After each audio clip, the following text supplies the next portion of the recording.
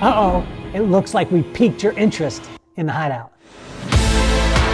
First of all, let me tell you what the Hideout is not. The Hideout is not for hustlers, for grinders, or for people who are looking for a shortcut to what the world calls success. The Hideout is about growing as men, creating lifelong friendships, and having the time of our lives. Are you ready to tap in to the endless source that will take you from success to significance? The Hideout is 2.5 days of hiking, biking, and doing the little things that it takes to create lifelong friendships. I find that joy is nothing more than falling in love with your current circumstances and allowing magic to happen. And that's when we see growth in every area of your life. Have you accomplished your goals professionally and financially, and you still thirst for something more? Has success in these areas come at the expense of far more valuable things, like your family, your children, and your relationships? Alignment in business, strategic partnerships, and joint ventures all come from true relationships. The Hideout is designed to get to know people before you'll ever meet them. This is not your typical mastermind. The Hideout is focused on the one thing that will fuel everything: joy.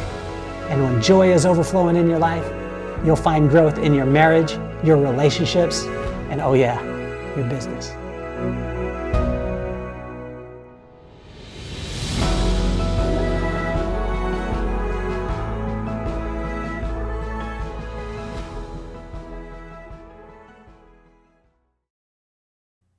Welcome to the Kelly Cardenas podcast, where attitude is everything. On today's show, I've been very excited to be able to have a conversation with this young man. I want to give a little plug to the Hideout. It's coming February 2nd through the 4th. We only got 12 spots available. There is actually now we only got 10, I believe. After today, I think we're going to only have 8. But we curate the people to be able to bring in the highest level people, highest level individuals in their respective markets, and then that way no one has to worry about their pride or puffing up or anything like that. They get a chance to be themselves, work on the things that really matter, which is the joy in your life, and it overpours into every single thing else. So that's my shameless little plug for the Hideout. But I've been so excited to be able to spend time with this young man because it's very close to my heart, because my family is very involved in what it is that he does. And he's not only building amazing soccer players, he's building champions in life. And I've heard about him for so long. I've heard about his integrity, of who he is, his resume is a mile long. I'm not even going to read off that. We'll talk about that stuff, but it would take me all episode to talk about all the the accolades that this man has. But it's my honor and my pleasure to be able to have the head coach of Robert Morris University women's soccer program, Mr. Chris Shaw, on the program. So thank you so much for being here, Chris. Oh, thank you, Kelly. I appreciate it. I've been looking forward to this. It's been a long time coming. I kept going. I know it's coming up. And it just, I'm glad it's finally here again. You're, I know we've never officially met, but I've known of you and about you and heard a lot about you for quite a while now. So, and again, your brother's a special guy. So I'm super pleased to be here. Well, I think we have that affinity for that man, Rob Cardenas, and I think he's out there watching. I believe so. He'll put a comment in the comments, and I'll tell him right now, Rob, put a comment in there. But we have that affinity for him, and Rob never brings people around me or never introduces me to people that aren't making people better. He won't introduce me to. He's very conscious of this. I called him one time and I said, "Man, this guy is really, really successful." He was like, "Stop," and I said, "What do you mean?" And he was rude about it. So, Rob, you were rude to me on the phone. And he said, "Stop." And I said, why do I need to stop? And he said, "When you say successful, what are you talking about?" And I was like, he's successful in his business. He's doing a lot of revenue. And he's like, "Stop." He said, "We need to stop right there if that's what you think of success, because success has nothing to do with money or things." And he only brings around people like yourself that are growing individuals, making people better as opposed to just making their profession better. So there are people who are great coaches who make great soccer players, make great teams, but you are building champions. Can you talk about that, why that's so important to you as opposed to just building the player on the field? Yeah, I mean, again, I think it sounds a little bit cliche at times, but the overwhelming majority of the individuals that I'm around are not going to go play professional soccer. They're going to go on to things other than soccer. They're going to be professional in other aspects of their life. So, while what they do on the soccer field is very important and a big part of their lives, it's about a 4-year time span, and then they're going to go off and have families and get, I say, real jobs. Not that playing professional soccer is not a real job, but be in other aspects of of their career. So you want them to be successful, and so if they're just great soccer players and not well-rounded individuals, they're probably not going to be that successful off the field. And so again, for me, the joy is seeing them be successful once they leave the university and go on to do great things, in their individual lives, whether that's, again, with their families. I mean, I still get, I get texts all the time from one of my former players, and she's always sending me pictures of her kids, and, she's now coaching them. I think they're U4, and she's coaching her 2 twin boys. And so she's sending me a picture of them with their shin guards on and their soccer shoes. And, it's just great to see how much she's come along and developed as as an individual over the years. So it's just very rewarding to see these individuals and what they go on to do in their lives. So what do you love most about coaching? Like, because I find that people that say become a therapist, when they become a therapist, and I get a chance to ask them this all the time, and I'll have them on the show, and I'll be like, well, why'd you become a therapist? They'll be like, because I needed therapy, right? And there'll be a person who wants to do a ton of philanthropy. They'll be like, well, I did without when I was a kid. I have a guy named Manny, a homie, who has Samaritan's feet. And Samaritan's feet, he puts shoes on kids all over the country and all over the world to stop footborne diseases. Well, guess what? And up until the age of 9, Mr. Manny, a homie, didn't have shoes. Yeah. So talk to us about why you love coaching, what got you into it, and why soccer. Yeah, I mean, I fell in love with soccer at an early age, and it was just for whatever reason, I don't know. Maybe I'll tell you this. I started out playing baseball. I was petrified of a fastball, like I thought it was going to hit me, and I didn't want to get hit with a ball. So I think that cured me of baseball, and got into soccer where the ball's a lot softer and doesn't hurt nearly as much when it hits you. And again, fell in love with it. My family was military. I was living in Germany, and it's a religion over there. And so I just super passionate about playing the game. And, there's a reason it's the world's most popular sport. It's called the beautiful game. And so when I was done with my playing career, it was just kind of made sense to get into coaching. And, I mean, nothing for me is more rewarding than seeing a team kind of come together, and, the moving pieces and the passing of the ball, and, just having that success on the field. I mean, I think unlike a lot of other sports, it is a team sport. There's not really, in baseball, you're kind of the pitcher is kind of your main person, and football, it's your quarterback. Well, in soccer, you've got 11 players that are all on the field, and they're all equally important. There's no one player or one position that's more important than any other. So I don't know. Again, I think it's just a unique and special sport, and I've just enjoyed my time playing it, and now I just enjoy trying to get, I get my enjoyment out now watching other people play it, now that I'm of an age where I can't really compete at that level anymore. So sell me on this, Chris, because you just said it's the world's #1 sport. If you're listening out there, we got listeners from all over the world, Chris, but the ones who are listening in America are like, man, let me stop you right there, because all they're thinking is baseball, or all they're thinking is basketball, all they're thinking is football. Sell me on this, because as an American growing up in America, a lot of times we don't understand how important soccer is. And I didn't understand this until my brother, who I'll refer to him a lot, my best friend in the world, my hero, one year, this was before he had children, he was up super late watching the World Cup. And I was like, what is wrong with you? Because again, we didn't grow up with it. In America, it's not touted as that. So sell me on this sport and why more Americans should be watching soccer. Yeah, I mean, again, anywhere you go in the world, with the exception of the USA, it's, everyone eats, sleeps, and drinks soccer. I mean, it is a religion in a lot of other countries. And again, I was fortunate enough to be in Germany and was coached by a German coach, and so he was kind of educating me on. I remember asking him one time, "Who's the best player in the world?" And he goes, "Well, depends on where you're from. The Germans think it's Karl-Heinz Rummenigge. The French think it's Platini. The Brazilians think it's Pele. So it's not. If you ask someone who's the best basketball player in the world right now, I mean, you're going to get what? Maybe LeBron or Steph Curry. Steph Curry. Steph Curry. There's going to be what, two or three Americans, right? There's not much, and there's not that much debate on it, right? Currently, the debate is who's the greatest ever, but not who's currently the greatest. So again, it's just a sport that all over the world, people the World Cup's coming up, and I think there are about 3 million tickets already sold. The viewership for the World Cup is like in the billions.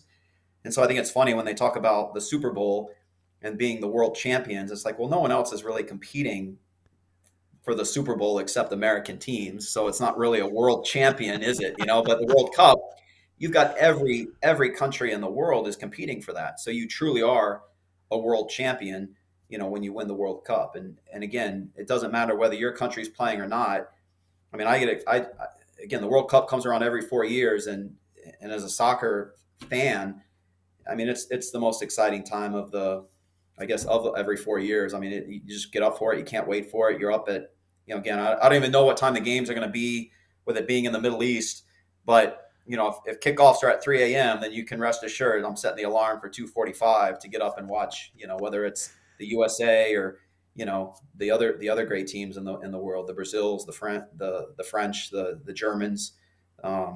It's just a super exciting time and great to see these countries all competing, So talk to me, like, if I'm a parent, right, and which I am, and my kids have kind of chosen their sports or whatever. You got a group of parents, and they all have one question to you, Chris.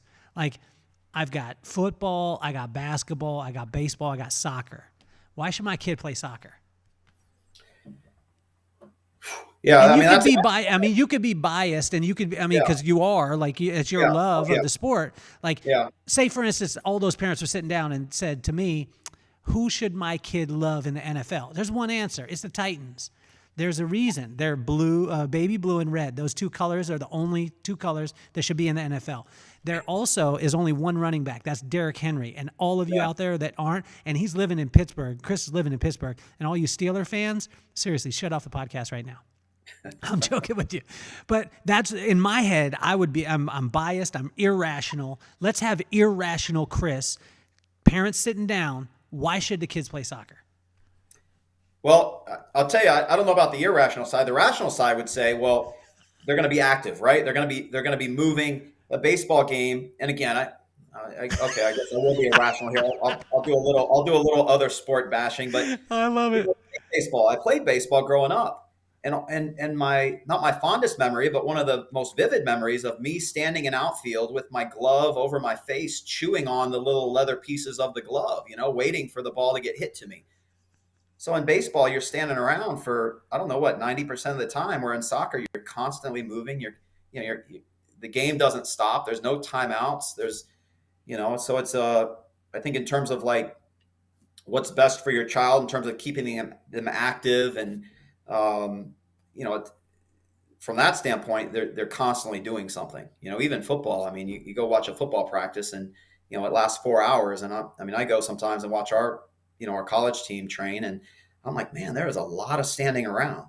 There's a lot of waiting for you to then go, make a little run and then catch a ball. And in soccer, like, one of the things that we're taught as coaches from an early age is like no lines. You want all the kids constantly moving, constantly having a ball. You don't want them standing around and being bored. So from that standpoint, again, I think it's a sport where the kids are going to have fun. They're not, it's not, and it's a player sport too. That's the biggest thing for me. It's football, coach calls the plays, and then the players go run the play. Basketball, there's a lot of plays that are being called, right? Baseball, again, everyone's just standing around watching the pitcher and the catcher, do their hand signals and figure out which pitch they're going to throw. Where soccer's a player sport. It really is the player's game. And as coaches, we can try to put players in positions, but the players have to make decisions on their own. We don't have stoppages where we can call a play or tell them what to do. They have to make decisions in the moment.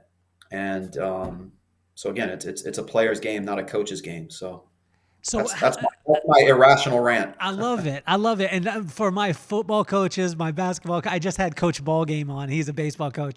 Yeah. But I love it because I want to be able to hear from the side. I mean, you have a love of the sport. You played at a high level.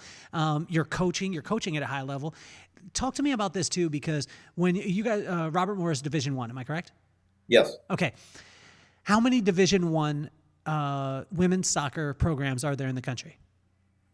So I might be off by a couple because it changes year to year because Okay. there's constantly teams that are transitioning from D2 to D1 or new programs that are starting. But right now, I think it's around 343, give or take a couple. Okay. I might be off by a couple, but there's around 340 Division I women's soccer programs in the country. So think about that as a kid, right? If you're a kid and you said there's only 340 positions in the entire world in jobs, right? And you're going to go apply for them, you would be like, I'm probably going to pick a different field, right? Oh, yeah. Yeah. You can Without a imagine. doubt. And for the listeners out there, there's only 340 of Chris's positions, meaning there's only 340 Chris's in the whole entire United States. I mean, does that settle into you? Is that a pinch me kind of situation for you, or do you even recognize that? No, I've thought about that a couple times, and again, it was always a goal of mine to be a Division I head coach, and I guess once I did get there, I was kind of like, all right, I've accomplished this goal, and then to put it in those terms, you kind of think, okay, well, wow, that is kind of neat that there's only 340 of these positions, and I have one of them. But at the end of the day, it's just me doing what I love to do. And if I wasn't coaching Division I, I'd be content coaching Division II, Division III, NAI.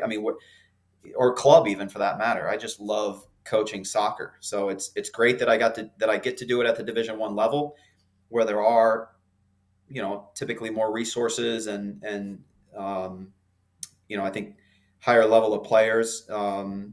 Compared to some of the other divisions. But again, it's a passion that I have for teaching and coaching the game, and regardless of whether it's Division I, Division II, Division III, and I've coached Division II, I've coached Division III.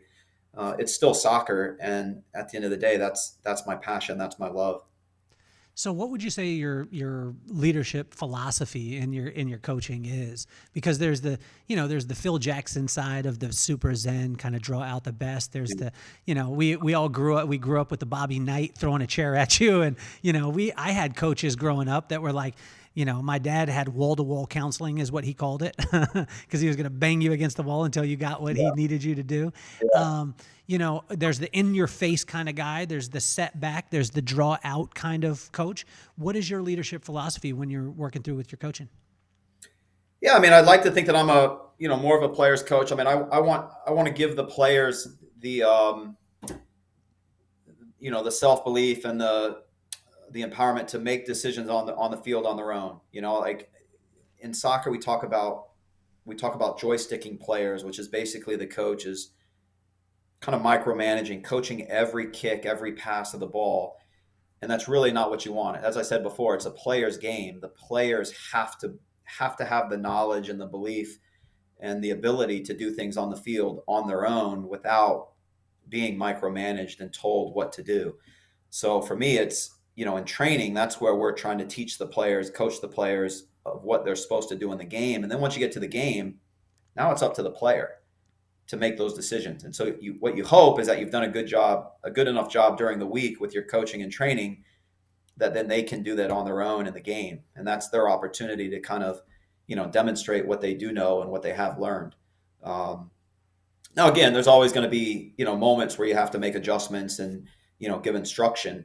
But I always tell my players, nothing would make me happier than to sit and watch the game and not have to say a single word. Just watch them execute and get the job done. That's what I'm striving to do, is to have them in complete control and not have to really do anything except make some subs here and there. That's the goal. That's what we're striving to get to. So one of the big things about your job is recruiting. Am I correct? Oh yeah. So when you're recruiting, give me the top three things that you're looking for in a kid. Yeah, I mean, every coach has a different things that they're looking for, and soccer is, some coaches are more drawn towards the athletes, the bigger, faster, stronger kid that, can outrun everybody or outjump everybody. Um, some coaches are drawn more towards the technical players, and so for me, even though I was a player that was more athletic and not quite as technical, and maybe that's why I'm drawn more towards the technical players, because it wasn't who I was. We have a saying that you need piano players and piano carriers on a team, and everyone wants to be the piano player. They want to be the one that's pulling the strings and kind of making things happen. And the piano carriers are the ones that are just coaches like, hey, go win the ball. As soon as you win it, just give it to the piano player. Um, I want to have a whole team of piano players. To be honest, I want the players that are technical, that are creative, they're skillful. They're maybe not the biggest, maybe not the fastest, maybe not the strongest, but for me, that the way the game should be played is with the ball on the ground and passing and moving, and again, technical players that can do things with the ball, that sometimes your big strong athletes can't do. So, so again, when I'm recruiting, what I'm looking for is their technical ability first and foremost, Yeah. and then their decision making with the ball. Right? Like, can they see things that maybe some other players can't see? Um, and then the last thing for me is probably that leadership piece. Right? Do they communicate? Do they, are they helping their teammates? Those are for me. They're the big three. And our team, we really have a certain style of play that I'm married to. I'm super committed to it, and I think I'm at that stage in my career where I'm a little stubborn, and I see the game a certain way, and I want it to be played that way. And I'd rather lose playing a certain style than win kind of playing direct, maybe not as attractive soccer. And again, I think if I was in my 20s and still trying to work my way up the coaching ladder, maybe the winning would take preference or priority. But again, we're just, we're trying to win the right way. And again, we just have to have players that are good on the ball, comfortable with the ball at their feet. So explain to me your style, because you were talking about being into that style, and there's some people out there that maybe don't understand soccer or maybe don't understand the coaching style. So because some people could hear like, oh wow, maybe winning's not that important to them. I understand what you're saying, Yeah. but to the person out there that is a novice in the sport, you're saying that you want the game played a certain way. Can you elaborate on that? Yeah. So there's one school of thought, which is we want to get the ball as far away from our goal as possible and as close to the other team's goal as quick as possible. And that's more direct. And again, the farther the ball is from your goal, the less likely you're going to get scored on. The closer your team is to the opposition's goal, the greater likelihood you're going to score. And so that's one philosophy. My philosophy is we want to keep the ball as much as we can. And so if the goalkeeper has the ball in their hands, which means the ball is very close to your goal, a lot of teams will punt the ball, and goalkeepers in the college game can punt the ball well past midfield. So now you've immediately got the ball in the other team's half, further away from your goal, closer to theirs. Our goalkeeper has probably punted the ball about 6 times total, and we're about, I don't know what we are, 14 games into the season.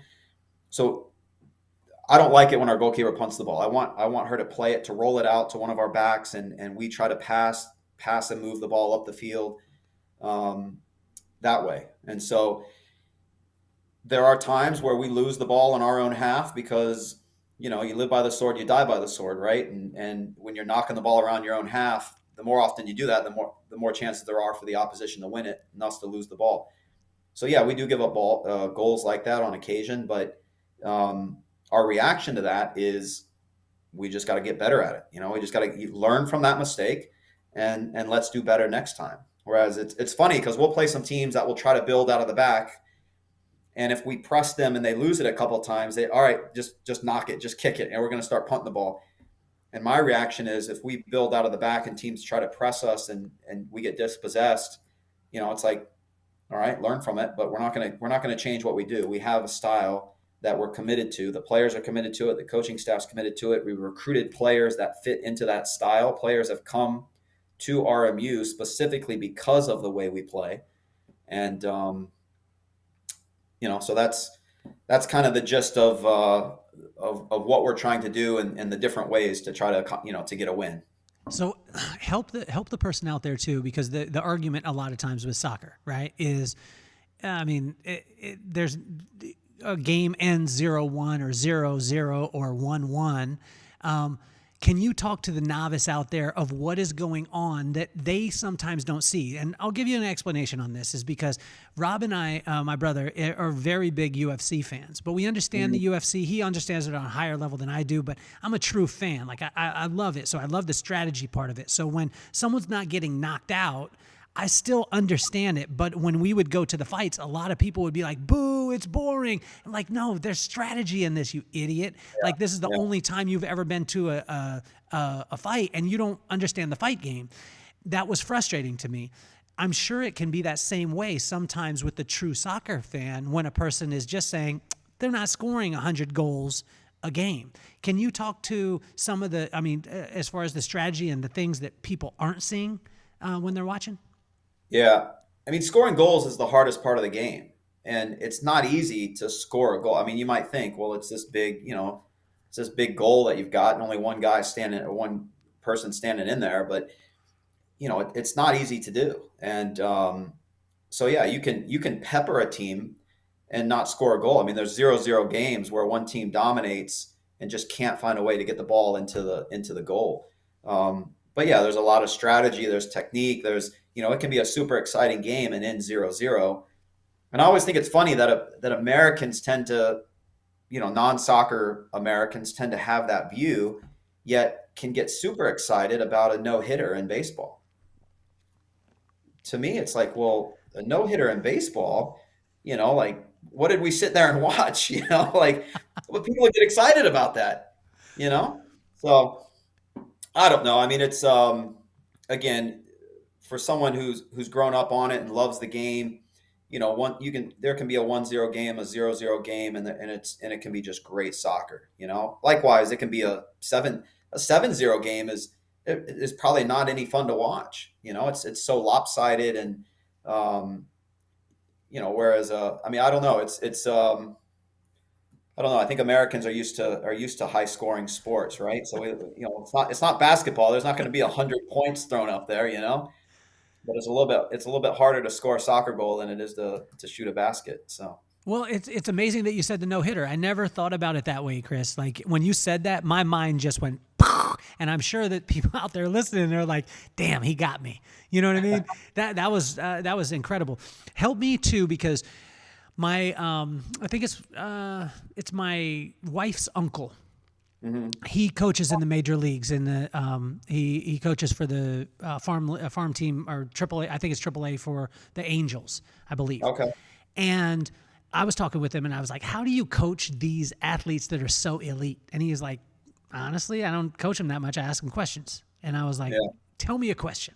He said, "Kelly, the difference between a home run and a foul ball or a pop-up is like that much." Yeah. And I was like, wait a second. No, it's the difference between knocking it out the park and knocking it straight up. He said, but the bat swing is like that much. So there's that much difference between a home run and a fly out. Talk to us about the difference between NIL, Division III, Division II, Division I, prospect. What is the difference? Is it, and help us to understand this, because when he was telling me that about professional baseball players, he was like, honestly, the difference in them being in the farm and being in the show wasn't that much. There was just a couple of things that needed to be tweaked. What are those things with soccer? Yeah, there's plenty of players that are playing Division II or Division III that could be playing Division I. And likewise, there's probably kids that are playing Division I that should be playing maybe Division II or Division III. So there's a lot of overlap there. Um, but it can be a variety of different things. It could be that that individual just doesn't have the athleticism that's necessary to play at the Division I level. Soccer wise, in terms of their technique and their understanding of the game, they have it, but maybe they're just not quite fast enough. Um, some of it could be the opposite, right? Some of it could be their Division I caliber athlete, have the speed, the strength, all that good stuff, but don't have the soccer ability. Their technique is the first touch is just not good. They can't control the ball, those types of things. So, um, and I think it just depends on the team and the team and what that coach is looking for. So for me, a Division I athlete that doesn't have the soccer is just not that attractive to bring into the program. Um, so again, it's not like the professional sports where, yeah, I mean, the differences there are just, the difference between what being a AAA player and a major league player, I mean, it's probably minimal. But I think even though at the collegiate level, though, I think you're going to see, maybe the mental side of things, right? Like, it's funny because I get a lot of players when they come to the college level and they say, well, I feel like I've gotten worse as a player because I can't do the things I used to be able to do. I was like, well, that's because you're no longer competing against high school and club kids. You're now competing against college players. So at the club level, they play in their age group, right? So you're 18-year-old, you're playing against other 18-year-olds, and you get to college and you're an 18-year-old playing against a 21, 22-year-old. That's a big difference. So so it's those players that mentally have that toughness and the self confidence to really thrive in that environment as well. Can be the difference, I think, between a Division I, a Division II, and a Division III kid. Do you want to go challenge yourself and play at the highest level you can, or do you want to be maybe a big fish in a small pond and be the superstar? And so maybe a kid that could play Division I is playing Division II, and because they get to play for 4 years as opposed to sitting on the bench and paying their dues for a couple of years. I mean, and again, I was a D3 guy. I wanted to play. I didn't want to sit on the bench for 4 years or 2 years or even 1 year. I wanted to play. So I was a D3 guy where I knew I could go in and play right away and don't have any regrets with that. But it's, again, I think it's just kind of what individuals are looking for. I mean, you only get 4 years at the college level, so you better enjoy them.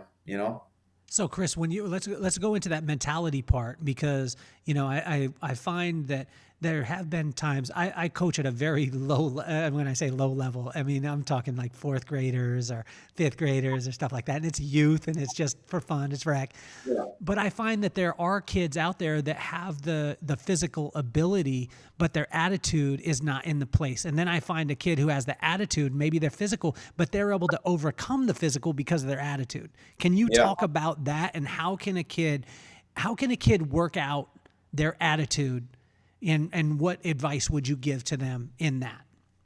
Oh man, that's a hard one. I think if I had the answer to that, I'd probably be making millions in the psychology of coaching realm.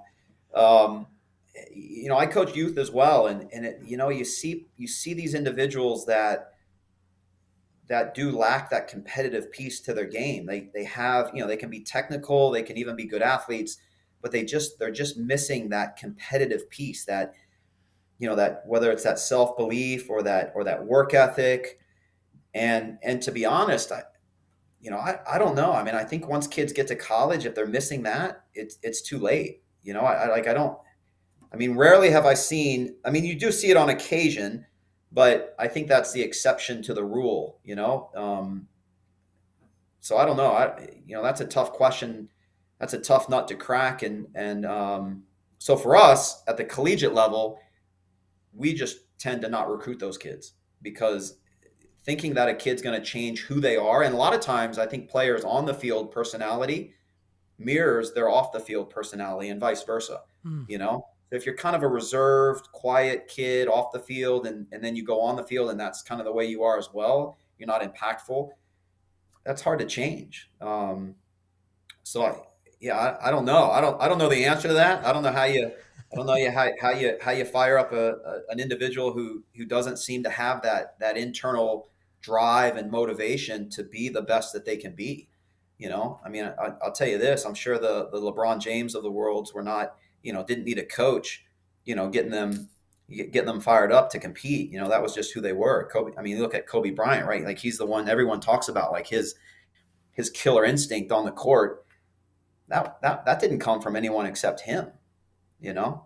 So what can a kid earlier on, because obviously there's so many high school kids out there, there's so many, junior high and even grade school kids that are listening and saying, wow, Coach Shaw, like pick me, pick me, pick me. Talk to those kids.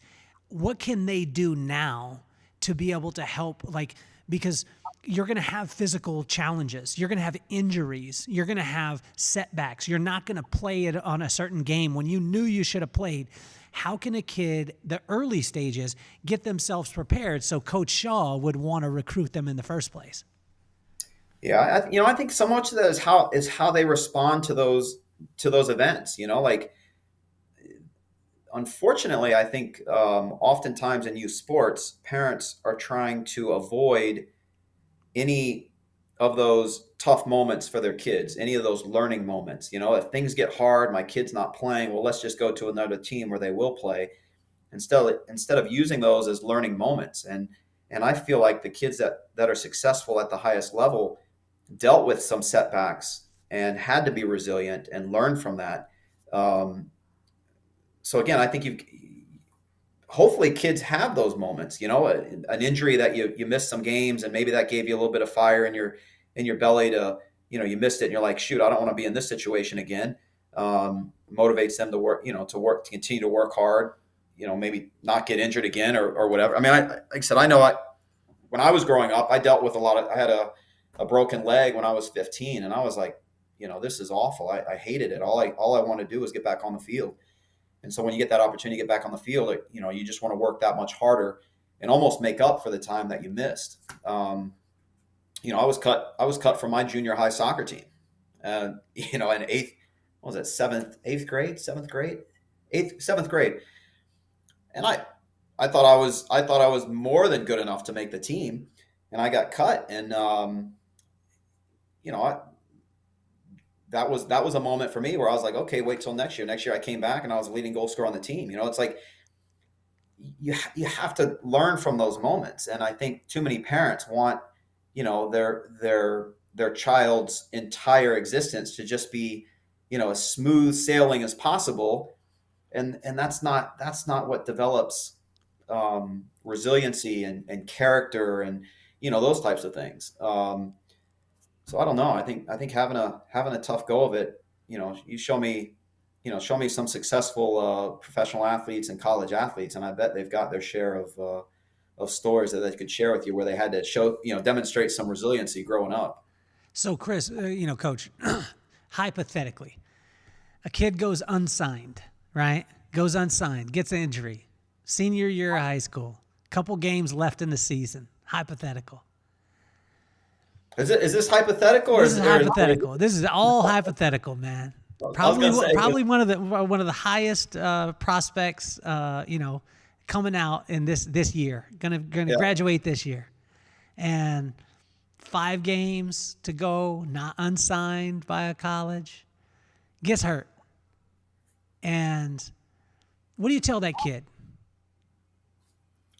Yeah, because it's devastating, right? It's devastating. Yeah. Hypothetically, it would be devastating for a kid to go through something that, and especially like hypothetically, if the kid injured their leg, which the leg is what you need in soccer, and it's obviously integral part of the game. And it's like, I mean, what do you tell the kid? Do you wait for a couple weeks, let it cool down, or do you just go right in and be like, yo, get your butt up, let's go? Yeah, I think there's got to be a little bit of a grieving period there, right? For them to, kind of assess the situation. But, but then after maybe a week or so of understanding where they're at, then it's like, hey, look, what are your aspirations? What are your goals? But what I'll say is I feel like most kids, most players, if they're good enough, they're gonna get an opportunity. And I think gone are the days where, I mean, again, as college coaches, we're always looking for the diamond in the rough or the kid that got overlooked, but that's getting harder and harder to come by these days. With I don't know if that's just due to social media and our access to, everyone films their games now and you can send it out and all that kind of stuff, that even if the timing of that is not ideal, if you're a good player, there's still going to be opportunities, without a doubt. And so it's just kind of, yeah, the timing of that injury sucks, and but make the most of it, come back stronger, let it motivate you, and they'll find opportunities for sure. And even though even if it's not maybe at the level that they wanted to be at, like maybe it's a D2 opportunity instead of a D1 opportunity because of that injury. Well, then go tear it up at the D2 level, and then you can always transfer if that's not competitive enough for you. And I'll tell you what, if a kid reached out to RMU and had scored 20 goals at the D2 level and said, "Hey, I'm looking for a little bit more of a challenge," I'd be like, "Heck yeah, let's go, bring it." 20 goal score at any level is going to be a pretty talented player. So help me with this too. Again, all these things are hypothetical, Coach. But hypothetically, if a kid got injured and then they were doing visits to a college, right? And they're in a brace, what are you looking for? Are you just seeing the brace as a coach, or what are you looking for in that kid? Like, do you want to see the fact that they can, that they can get up and they can move forward? What is it that you look for? Yeah, I mean, I if a kid's coming on a visit who we had actually been actively recruiting prior to the injury, that doesn't change anything for us. I mean, gone are the days where, when I was young and playing, an ACL was, I mean, your knee would look like Frankenstein's monster. It'd be all scarred up, and people wouldn't come back from those like they do now. Now, I mean, ACLs are so common. It's sometimes hard to find a player that hasn't had an ACL in the women's game. But we've got a senior this year that's just absolutely tearing it up, and you would never know that she had an ACL injury. So yeah, I mean, it is a setback, but it's not for us. It's not something that would change the recruiting process. If we liked her before the injury, then there's absolutely no reason for us to think that she's going to be in any worse for wear after the injury. So, Coach, talk to me about the NIL stuff, and has it impacted you in a positive, negative? What do you see with this, and what do you see as maybe the positives and the negatives of the NIL's deals coming in to your sport? Yeah, to be honest, I haven't seen a lot of NIL deals coming into our sport. I feel like the basketballs and the footballs of the world are, more where those deals are coming from. Unless you're at a large university. I mean, I think, oh shoot, I was just having a conversation with an athletic director today, and he was saying, I can't remember what the school was, but they had done a deal with almost the entire athletic department. I think BYU. I think BYU did it, and a businessman at BYU did a deal. A businessman did a deal with BYU with all the women's athletes. Oh wow! So they're all getting NIL deals. And I know there's all kinds of stories all over the place. I think University of Miami's got some big NIL deals, and unfortunately, RMU, we're a mid-major. We're not that high profile. I think we've got one player that did an NIL deal with a sock company. She's Japanese. I think they gave her a couple pairs of socks in the deal. So, it's you got I think there's a football player that's probably making what, 80, 100,000, $1 million deals. And we've got a player that she got some free socks. I think my niece plays Division I soccer. I think she's got a teammate that got some free like energy drinks and stuff like that. It's there's not I don't know of any women's soccer players that are getting 6-figure deals or even 5-figure deals. So talk to us too about that disparity, right? So that part, a lot of people, I mean, especially it's a hot button in today's society, right? Where they're saying, like in that WNBA, there's the WNBA saying, hey, we need to be paid more, and the guys are being paid X, and then there's the argument of, well, there's not that many people showing up to watch the games, right? Yeah. What's your take? Well, I mean, what's your take on it? How can we create, whether it be more awareness or more appreciation for the level of athletes that these women are? Yeah, again, that's a good question. I feel like if I had the answer to that one, I'd probably be in the marketing with the WNBA or the NWSL. I don't really know. I mean, it's hard. Again, obviously, I'm biased. I coach on the women's side, and I'm fully aware of of how talented some of these women's soccer players are, and the level that they compete at, the athleticism that's involved, the work, and all that kind of stuff that it takes to be successful at that level. Um, but I just don't know. I mean, I know right now in Europe, the women's game is just absolutely exploding. The English women's national team played the U.S. team and at Wembley, which I think holds around maybe 80,000, something like that, and it was sold out. So in Europe, there seems to be a bit more enthusiasm for the women's game. In the U.S., I think the NWSL still, their attendance is, it's kind of similar to the NBA versus the WNBA, the NWSL, the Women's Pro League versus the MLS. And I don't know how, I don't know how you get there. That's a tough one. That's a tough one. And obviously, I don't. You need someone smarter than me to solve that one. So. No, I just think that you're a brilliant man. I just think that people need to be exposed more to people who are absolutely loving and having the passion for the game like you do, and are building champion people. You know what I mean? And that really connects people to the sport, because most of the time it's emotional. I told you earlier, I'm an irrational Titans fan. Like, it has no logic at all. Like, there is a lot of abuse in that relationship.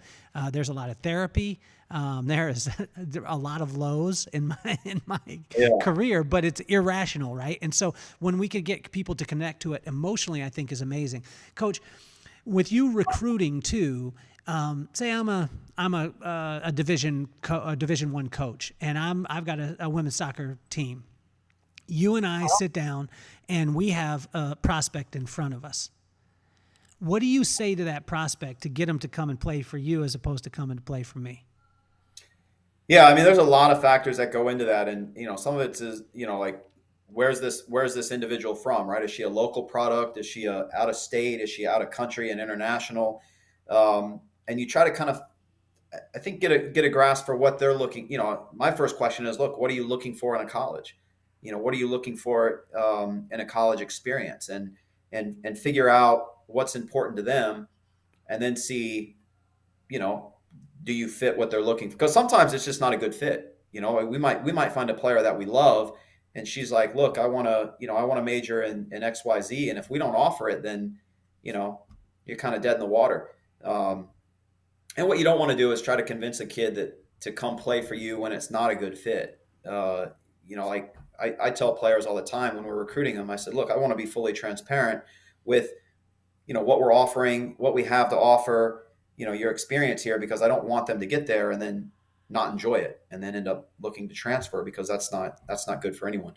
So, the biggest thing is, what are they looking for? I mean, there's a lot of things that we sell at RMU. Our proximity to Pittsburgh. I mean, we're the closest university to the Pittsburgh airport. So, if they're international or if have to fly in from somewhere, we've got 3-4 Vegas kids on the roster, and it's easy for them to fly in, and you're 5 minutes, you're out of the airport and are on RMU's campus.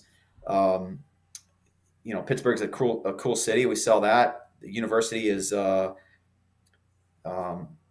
it's away from the city, so you don't have to deal with. It's not like UNLV, right? Smack dab in the middle of the city, where you sometimes got to deal with maybe some people that shouldn't be on campus. On campus, our campus is very safe.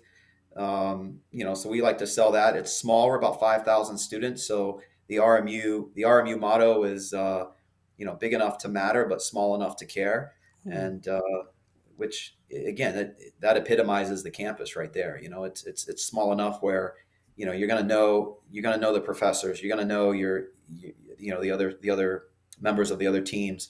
But we're still a Division I university and still compete, at a high level in the Horizon League. So, but yeah, what we don't want to do is ever, you know, badmouth another university or another program. So when we don't recruit against other programs, we're Uh-huh. just recruiting for Robert Morris. And that's so uncommon too. I mean, and I love that, coach. And it's one of the things that drew me to you too is the integrity part, because a lot of times people think the only way to be able to get what they want is to smash somebody else. You know what I Well, it's mean? interesting. There was a story I was told by a buddy of mine who said, it was I don't know what the sport was, but it was a coach that we have verbal commitments in the NCAA, which is before a kid signs, they tell you, hey coach, I'm going to come play for you. And for us, once there's that verbal commitment, that's it's just as good as signed. We're not going to that money's going to be there for you. It's not going anywhere. We're hoping we're assuming that you're going to honor your commitment. And I'd heard a story about a coach that said, look, all a verbal commitment tells us is who we're competing against to get that kid. Whereas for me, if I have a conversation with a kid and they're like, hey, I already verbally committed to this XYZ school, and I go, okay, fair enough, I understand that, I wish you the best of luck, and if something changes down the road, give us a call. And you know it, for me, that's the end of the recruiting process. So, coach, how is it that, well, I mean, what I've heard you say over and over again is, and this is going to be paraphrasing, so you can correct me if I'm wrong. But what I keep hearing is that winning is secondary in your even if it's not secondary, it's a third part of it. But you keep winning. You have a phenomenal record. Your record speaks for itself in what you're doing. I mean, you had the winningest record in the Mountain West, I believe. What? How is it that at the level that you're at, like, because most of the time people think just winning is everything. And if not, then we're going to go get a coach who does have that. How do you deal with the pressure from, because you got to have a good organization. How do you deal with that? And it's like you stay so calm in it, man. I want some of this. Let's bottle it so you can sell it to everyone at the 7-Eleven. What is it? Oh, yeah, I mean, I have my moments. I can get I can I can get fiery, but again, it's for me, I think it's I've mellowed with age. I think some of that's the maturity that comes with having done this for a while, and at the end of the day, you know it's it's just it's just college soccer. There's a lot of other things in life that are more important than winning and losing soccer games. Although I will say this, I love the way it feels to walk off a field after a win. Feels great, but again, to me, it goes back to winning the right way. I go into games sometimes and go, you know what, if we try to do things a little bit different, well, change up our style, and maybe we could find a way to give us a better chance at getting a result. But then I think about it and I go, but that's not what I've told these kids when I recruited them. That's not what I said, look, we're going to play a certain way, and that's the expectation that they have, and that's what we're committed to. So even though we could do things a little bit differently and maybe give ourselves a better shot at getting a W, as I said before, I'd rather play the right way and lose than be direct and kind of make the game ugly and find a way to win. Um, so yeah, I mean, again, I hate losing, but I also firmly believe that the game should be played a certain way. Coach, give advice to two different people. Number one, a kid who's struggling to get better, and number two, a kid recovering from injury. What should that kid do? Let's talk about the first one, the kid struggling to get better. What are some actionable items that the kids out there that are listening, or even their parents, what should this kid be doing to get better?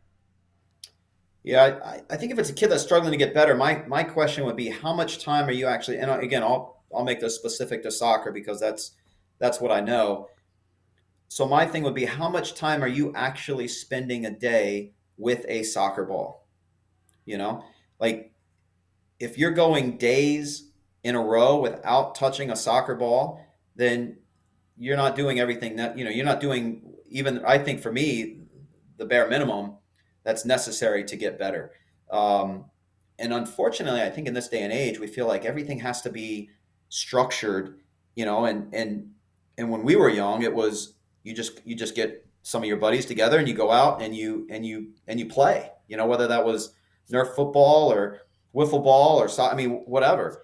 And there's not enough of that anymore where, I tell my youth players all the time, I go, look, just every day find, and it doesn't have to be a ton of time. It doesn't have to be an hour and a half. It doesn't have to be an hour, 30 minutes, 20 minutes, even 10 minutes a day to spend just with you and the soccer ball, and start there, and if you're doing that for a good 3 or 4 months and you're not seeing an improvement, then, at that point, I don't know what to tell you, but I find it hard to believe that spending that much time with the ball, you're not going to see some improvements.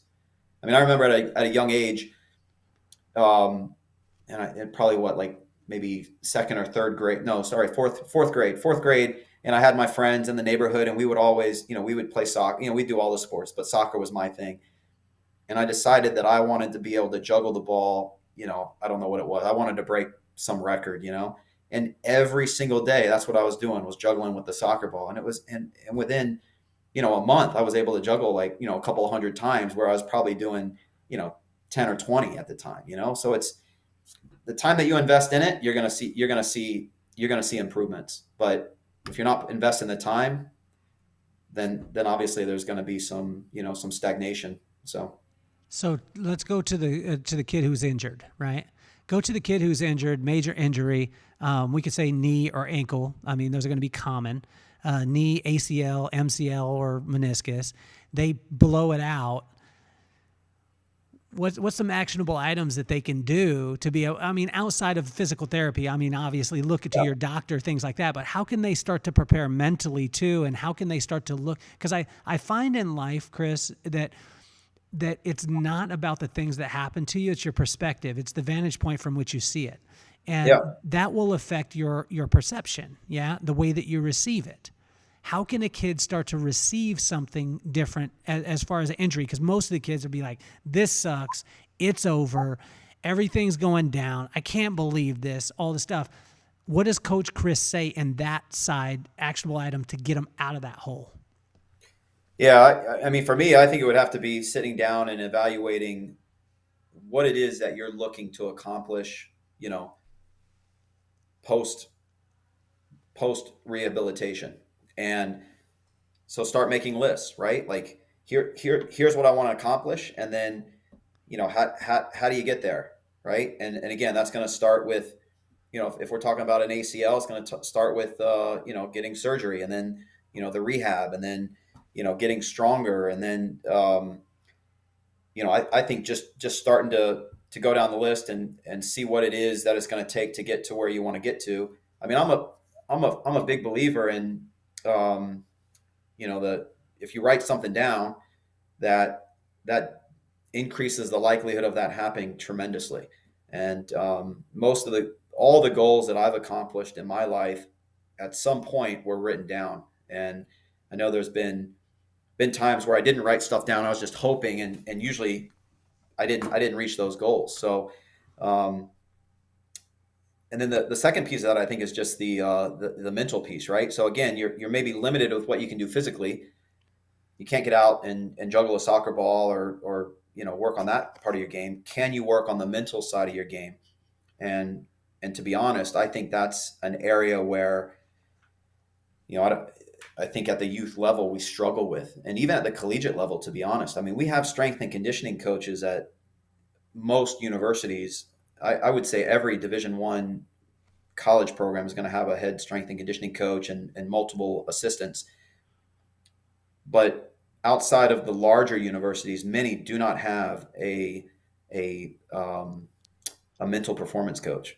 And so and again, I think that's just a huge piece. I mean, if you look at the likes of a Tiger Woods, who one of the most talented golfers in history, right?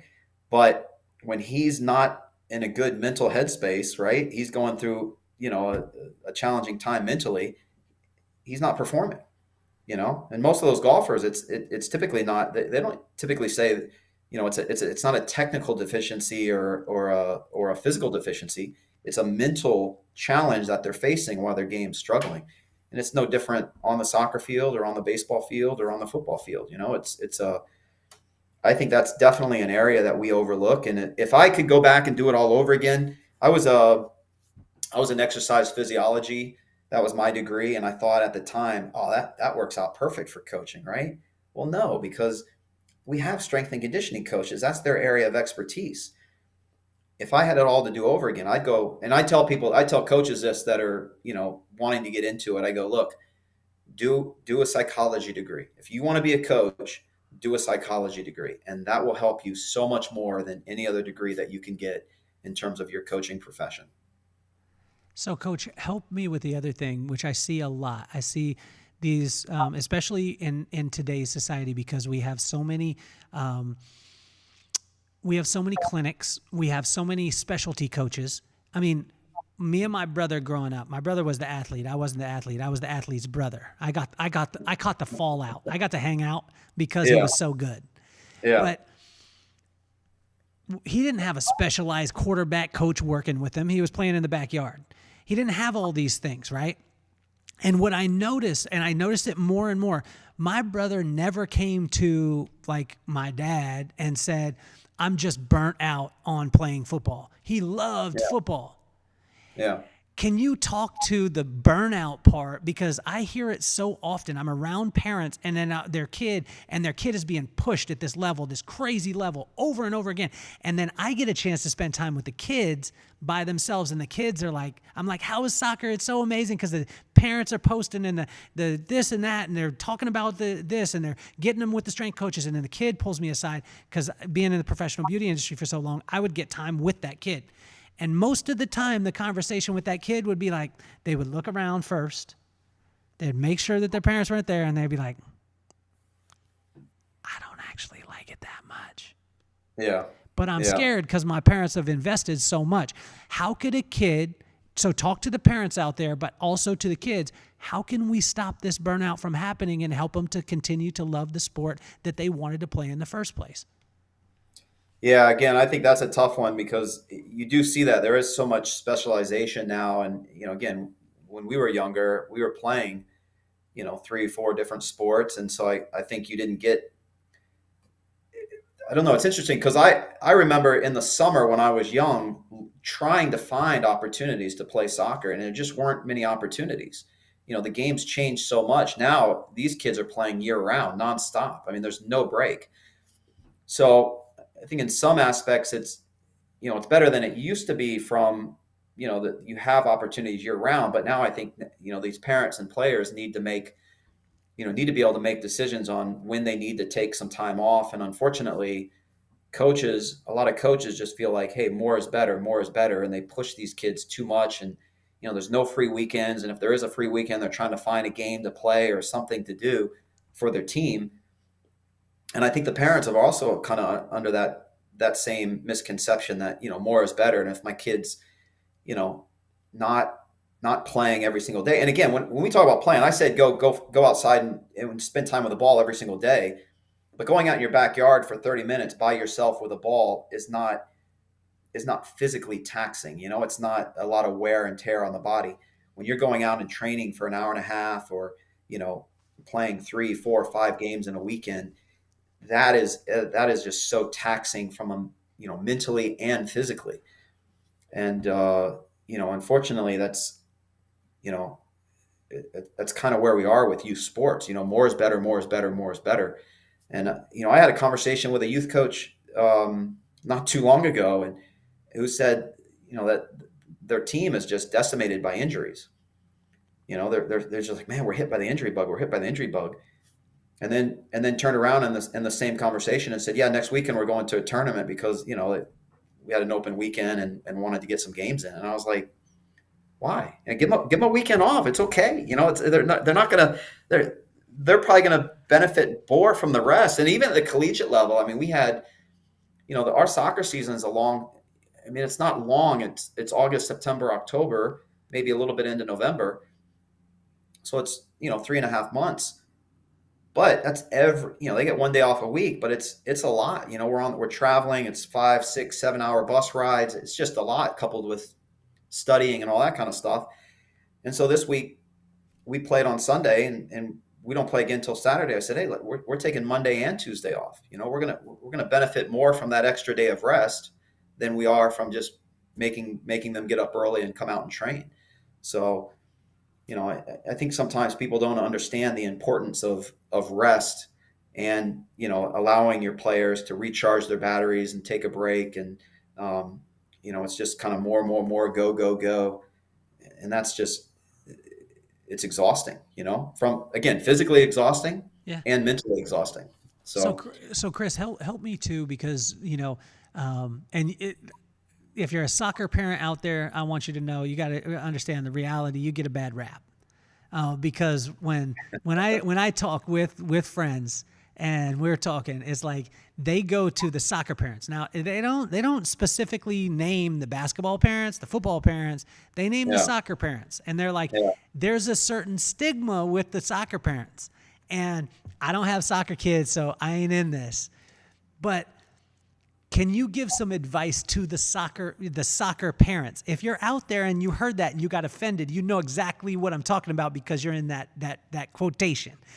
What advice would you give to those soccer parents out there that are on the sideline? Because most of the time as a coach, like, you're getting bombarded with everything, text, emails, you're getting yelled at the game. If you're a youth coach, all the stuff from a coach's perspective, if you got to sit down with all the soccer parents, and you got to let them know, like, hey, guys, this is from Coach Chris, what would that be?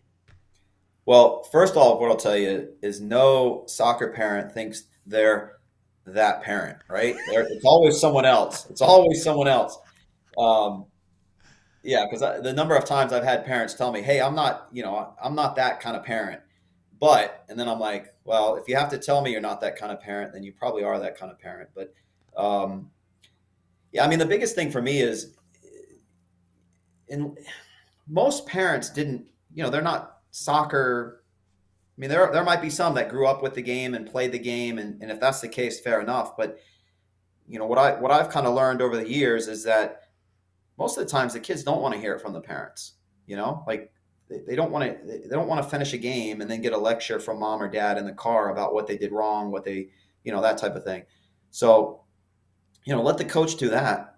As a parent, it's just, I would say, I don't know, one or a couple of questions after the game, right? Did you have fun? I'll say two questions, right? Did you have fun, and where do you want to go eat? And that's it. Leave it at that. Like, those are the most important things for the parent. You don't need to worry about, breaking down, well, why didn't you do this in that situation? Why didn't you kick it here? Why didn't you score that goal? Again, if they didn't have a good game, then they probably had a conversation with the coach, or, they're feeling down themselves. Just your job's to build them up, not to tear them down again. Again, I don't have kids, so it's hard for me to put myself in that situation, right? I have had a dog, and I thought my dog was probably the smartest and best dog in the world, right? And so I'm assuming that's what parents think too, right? Like, my kid's special, my kid's this, my kid's that. But I guess it's hard not to try to live vicariously through your child. But at the end of the day, I tell my youth kids all the time, and the parents, I said, look, at the end of the day, it's your child's soccer career. Like, it's what they want out of it. And if they don't want to get out there on the field and work hard and put the time in, you can't make them do that. All you're going to do is make them not want to play the game, or you're going to make them miserable. So if they are committed to it, then great, like, support them, right? But at the end of the day, you can't make your child, a superstar athlete. Like, that comes from within. It just does. I mean, there's some examples of some parents that tried that, right? And again, I guess, you have the Williams sisters, right, with their dad, and but those, you had a dad that was pushing them, but they were passionate about it and they wanted to get out there. Tiger Woods and his dad, that's another great example, right? But then you have the who was it? Todd Marinovich from USC, right? Like, that one backfired, right? Like, Yeah. And you know, most of he, them, I mean, most of them do. I mean, a lot of them do. You'll have the outliers like you were talking about, yeah. but a lot of times it Most those kids right there and those parents right there, that they probably don't even get to the college level before they're burned out and that kid's quit the sport, you mm, know? So, um, so yeah, like I said, I can only imagine how hard it must be, right, to watch your kid and see them, maybe not putting forth the effort that you want them to put forth, or not being as successful as you want them to be. But it is what it is, right? It's their life, and again, unless you were unless the parent was a Division I professional athlete, then what can you really say? Well, how come you weren't playing, you know, how come you didn't make the NFL, Dad? How come you weren't playing Major League Baseball, right?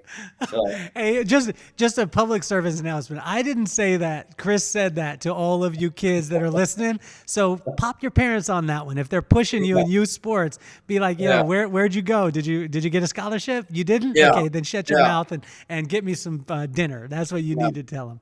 yeah. I love it, You, Chris. you can if you're not successful on the field, you can just blame your genetics, and that's mom and dad's fault. So, you know, So Chris, there's a special young lady in my life, my niece, and she has been an absolute phenomenal athlete, Riley Cardenas. I think one of the top prospects that's out there that's unsigned. She, she had a little snafu recently. Can you talk to her specifically? I mean, like, can you look into the camera and yeah, if you could use her name too, it'd be awesome. But what advice would you have for her? I mean, when I say snafu, she had the ACL injury. It's devastating. She's a senior in high school, and she's, she got she got a road ahead of her. yeah, What would you say to Riley? And if you could use her name, it would be awesome. yeah. I mean, what I'll say is there have been numerous athletes who have been in that exact same situation, like that have torn an ACL, going, in their senior year, and have gone on to be uber successful, to have had great college careers. There was actually a youth player that I coached in Las Vegas that had, and I'm trying to remember now. It was either two. I think she had two back to back, or maybe even three back to back. But I know she had at least two. Like, literally tore her ACL, came back, and immediately tore the other one, and then went off to college, and had a phenomenal college career. I mean, was an all conference performer. Played. I think she started and played every game of her career. Fantastic college career. But I think the injury, and her resiliency in dealing with that probably made it so that there wasn't going to be anything she was going to face in college that was going to be as tough as she went through in high school and coming back from those injuries. So super resilient, probably, mentally tougher post injury than she was pre injury. And so I think that's the challenge, right? Is, Riley, you've just got to be, mentally tough and stay focused, and, go after what it is that you want to go after. And, I know, I know with your uncle and your dad, you're going to get all the more positive support than you than you probably even are capable of dealing with, right? Or would even want. So, you're gonna have super supportive family around you, and it's what do you want out of it, and if what you want to do is play at the next level, then I 100% know that those opportunities will be there. So if you had to do a public service announcement for soccer, we talked about it earlier, but you got 15 seconds. You get to talk to the United States. All of them are in the audience, and soccer. You need to watch more soccer. Now you're going to be talking to me too, because I didn't grow up with soccer. I am that guy that was at times I was like, I have an idea, and Chris, maybe you can run this by Division I, the 340 schools. See if you guys want to use this. If you do, we've got it recorded, and it is my idea. Add 3 more goals. to the end of the thing, so you could shoot into any one of them and add like only two goalies, so there'll be a couple open goals that they have to run to. This is a really stupid idea, but I'm a novice in soccer.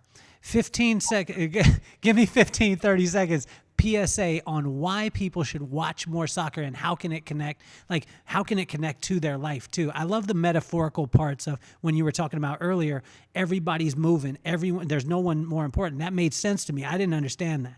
Like, so help me help me to watch more soccer. Well, so I'll speak to two parts. One is because I think Americans are drawn to athleticism, right? Like we're always enamored with, bigger, faster, stronger, and even in the game of soccer, the Americans, we tend to focus on our athleticism, whereas other countries tend to be more technical, more soccer savvy. So to focus on the athletic piece, soccer is a sport where you can't just be fast, right? So your individuals that are just fast but have no aerobic endurance, they're not going to last on a soccer field. You make two runs and then you're gassed and you're done, right? Well, those football players, they make a couple of runs and they go off to the side and then they rest and then they come back in and then they make a couple more runs off to the side and rest. Or if you're on the offensive line, you get to rest when the defense is on there and vice versa. Soccer players have to be very well-rounded athletes. I mean, it benefits them to be fast, but also to have the aerobic capacity to run for 90 minutes. I mean, a typical professional soccer player will cover about over 6 miles in a game, right? Well, that's not just 6 miles of just running at steady state, like one pace. That's 6 miles where you're sprinting, you're jogging, you're running, and everything in between, and changing directions. So, the athleticism that it takes to excel in soccer, I think is, it's next level. I mean, they've got to be some of the fittest team sport athletes in the world for sure.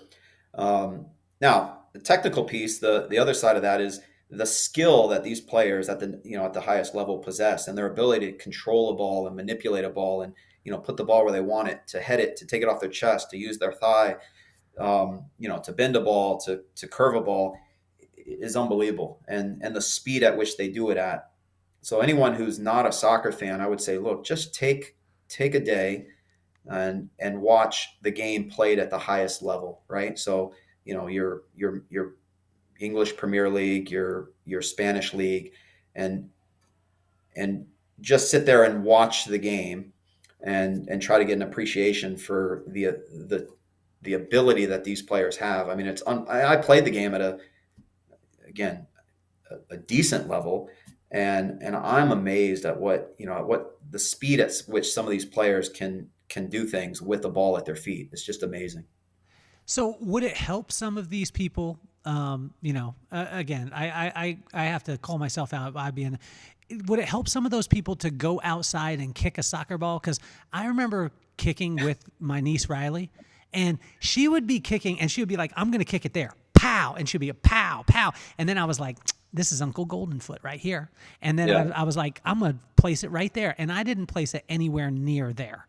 I didn't. Yeah. I didn't even hit the wall. Like the wall was the whole wall, but I couldn't even hit that. Like, would you suggest us get out there and maybe try and juggle? Because I think my high in juggling is like 14, and that was when I was in 5th grade, and I still remember it to this day. I remember where I was, 15. Yeah. Yeah. Yeah. I think it's a sport that takes a lot of technique. I mean, it's a very technical sport, and it's not as natural as throwing a ball. Like I think most Americans can throw a football, throw a baseball, and probably put it in the general direction of where they want the ball to go. And then you watch them kick a ball, and you're like, that technique was just awful. It's like, but again, I don't know how much of that is just, coming from physical education classes when we're young. You're playing sports that have a lot of hand-eye coordination, not so much foot-eye coordination. So it's funny because we're all, there's always times in a game where a ball goes off the field and like an athletic trainer will go to get it, or there happens to be some other athletic department people around and they go to kick it, and I'm just like, oh my goodness, like you know, you So can. I'm not the only one, Chris, because my kicking skill is awful. How many of the kids out there too that are kicking, right? And they're phenomenal at soccer. How many would you suggest to go and kick during the football season for field goals for their football team? Because I've seen this happen in the crossover, and they don't have to work as much. They don't have to do all the stuff, but they have a skill to be able to kick the ball at a level that is ridiculous. Would you suggest it or no?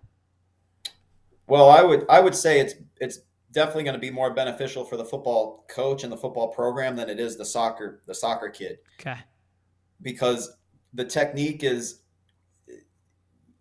when you're kicking a field goal, right? You're leaning back, you're trying to get the height, and the distance. That's not necessarily a great skill or at that important of a skill to have on the soccer field.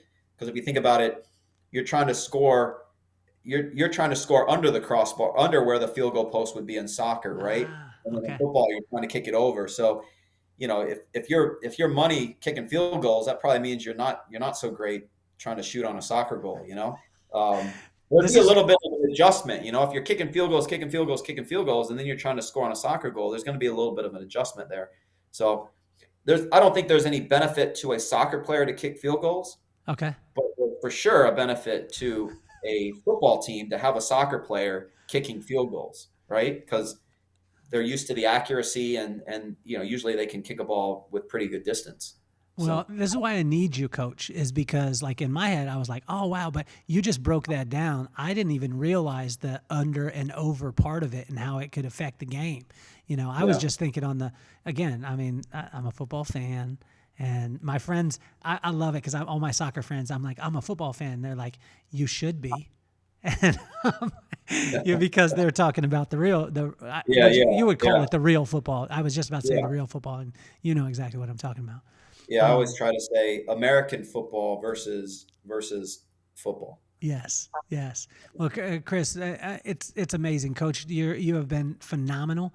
The reason why I started the podcast is because of my kids, Maddox and McKenna, and Maddox is 11 years old. McKenna is 13. Maddox is he's a sports guy, and Mm, McKenna is the more artsy side. So she is doing acting, writing. She wants to be a director, and she's in that side of life in the arts, the performing arts.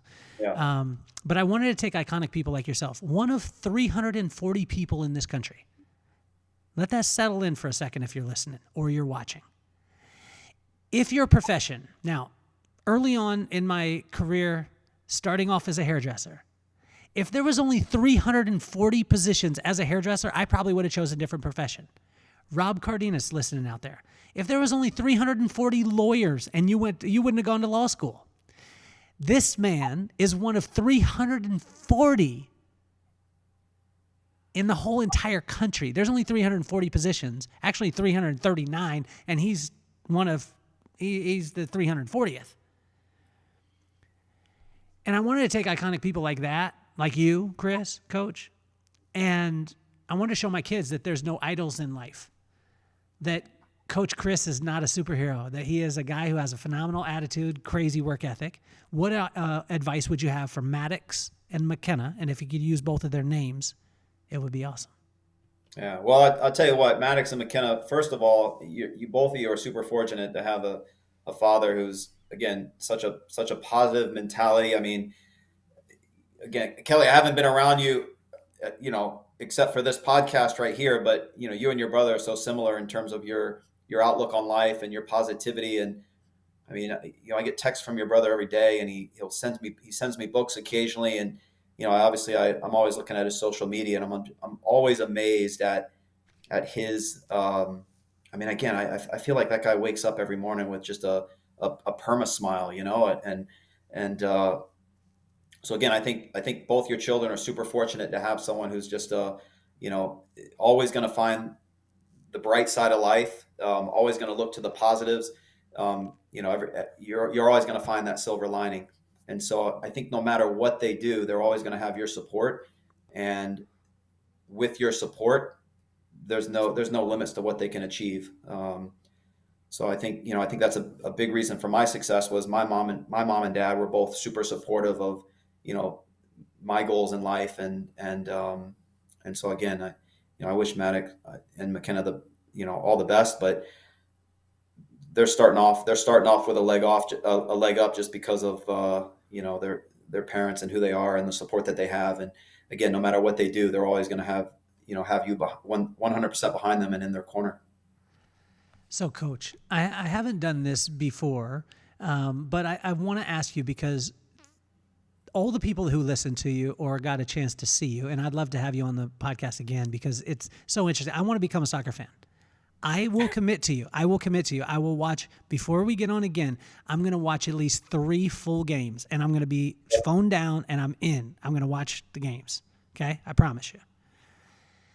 When people hear you and see you, they see this like superhero. They see this amazing coach that builds champions, that is doing the right things, that is not just about winning, that you want to win in the right way. You would much rather win, you would much rather lose the right way than win the wrong way. Like you said that. That's incredible.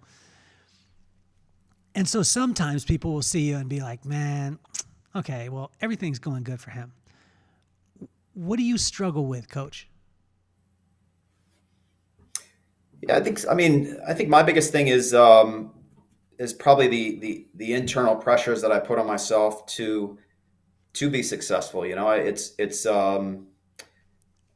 do want to win, and again, I do want to win the right way, and it's not always easy to win the right way. And again, there's always that temptation to not commit, to not stick with the process and to try to take those shortcuts. But again, it's hard sometimes to, especially in this day and age where, if we lose a game, it's plastered on social media, it's on our website, it's, so it's so much in the public eye. And again, there's just a lot of pressure to be successful. That sometimes you do have to take a step back and as I said earlier, right, at the end of the day, it just is a game. It just is soccer. And there's a lot of other things out there that are more important, family and health and, a work-life balance. And so that's probably the biggest challenge, I think, is just, those internal pressures to be successful. Coach, you have been absolutely phenomenal, man. I mean, I think every parent out there that's listening is like, how can I get my kid to RMU? Like, how can I get, Coach Chris to be able to coach my kid? And some of them soccer parents out there, it ain't going to happen. I just want to let you know. But I mean, it's incredible because, as a parent, you want your child to be around someone of the highest integrity that's going to bring out the best, and you bring out the best in people. And I want to congratulate you on that, man. And you're just, you're better than advertised, my man. And I really, really, really appreciate you spending time with me here on the show. So I appreciate you, Kelly. I mean, I've enjoyed, it's flown by this time. And again, both you and your brother are just so easy to talk to. And like I said, I'm super impressed by both your positivity and outlook on life. And it's obvious that you two are brothers, right? Because you're both cut from the same cloth, right? So again, I always, anytime my phone rings and it's Rob, I'm always excited about having that conversation, because I know, it doesn't matter what's going on in my life. He's gonna have a positive thing to say and put a smile on my face. And even if we're coming off, we'll lose a game and I'll get a text from him and be like, "Hey, that's all right, Coach. We get him next time." He's just super positive. So again, I enjoyed this. I had a blast. I appreciate your time, and again, would love to do it again. And look, you and Rob coming out to Pittsburgh, man. We'll take you to a Riverhounds professional soccer game, or we'll go to a local pub and watch Manchester City or Manchester United play and try to teach you the nuances of the game and get you a better appreciation for the beautiful game. Well, I want to come and watch your team. I want to come and watch Robert Morris. women's soccer, that's what I want to do. And I want to make sure, because I got a daughter out, I got a daughter here, and I want to make sure that whether it be the performing arts or it be women's sports or anything that way, that we lift up our girls, that we lift them up and help them to realize that it's not, and they're doing this. It's no, they're in the spotlight to be able to see the level of athletes, the level of people that they are, which I think is amazing. Now's the time where every one of you check out the sponsors, check out all the people who have supported us. And I want to thank every single one of you out there listening. We just recently went over 100,000 downloads, and it's because every one of you. It's all been organic. We're in the top 1% globally. I say this over and over again, but it's to say thank you. Thank you for watching. Thank you for listening. And thank you for sharing it with every single person. If you know or you are a soccer parent, share this with another soccer parent or someone who needs to hear Coach Chris, because I think we need more of you in our life. And I just thank you again, Coach Chris. You're the man. You're officially off the hot seat.